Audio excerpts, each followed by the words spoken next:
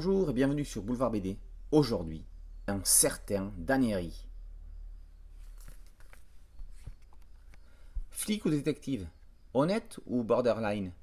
On ne sait pas grand-chose sur la carrière de Daneri. Enquêteur, il a été indéniablement.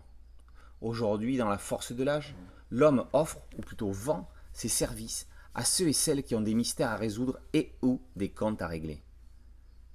En arrivant chez cette vieille dame un peu sorcière et en acceptant de protéger son fils, Daneri ne se doutait pas que sa mission n'allait pas connaître l'issue qu'il pensait.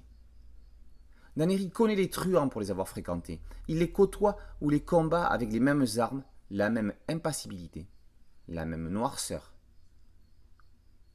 On ne présente plus Carlos Trio, le scénariste attitré d'Eduardo Risso et de La Grande Arnaque, dessiné par Domingo Mandrafina, certainement l'un des meilleurs albums BD de tous les temps, signe 8 courts récits noirs avec un héros, ou plutôt un personnage principal, atypique. Elles ont été publiées entre 1974 et 1978 en Argentine et sont éditées pour la première fois en français. Daneri a du vécu.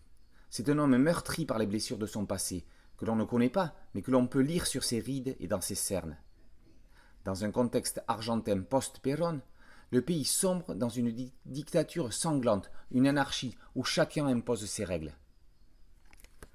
Alberto Breccia s'impose en maître du noir et blanc. Le dessinateur de Mort Cinder ne se contente pas d'aplats, mais pratique le draping, lancer de taches à la manière de Jackson Pollock, mais aussi le collage, apportant des textures et flirtant avec l'abstraction. Ces procédés sont autant de manières pour lui de traduire une ambiance glauque, âpre et fatale. Quand on pense qu'il était autodidacte.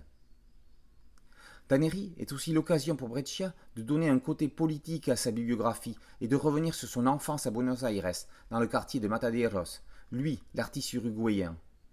Laura Caraballo détaille les destins liés de Breccia et Trio dans une introduction fine. Benoît Socal. Laura Caraballo détaille les destins liés de Breccia et Trio dans une introduction fine et particulièrement intéressante. Benoît Socal vient de nous quitter. Les ambiances étant cousines, étrangement, Daneri aurait pu être un personnage de Canardo sans que cela ne dénote. Ce qui fait l'originalité d'un certain Daneri, c'est que les situations échappent totalement au personnage, voire même aux auteurs. Un certain Daneri, par Trio et Breccia, et par aux éditions iLatina. Boulevard BD, c'est un podcast audio et une chaîne YouTube. N'oubliez pas de vous abonner, de liker et de partager. A très bientôt sur Boulevard BD. Ciao.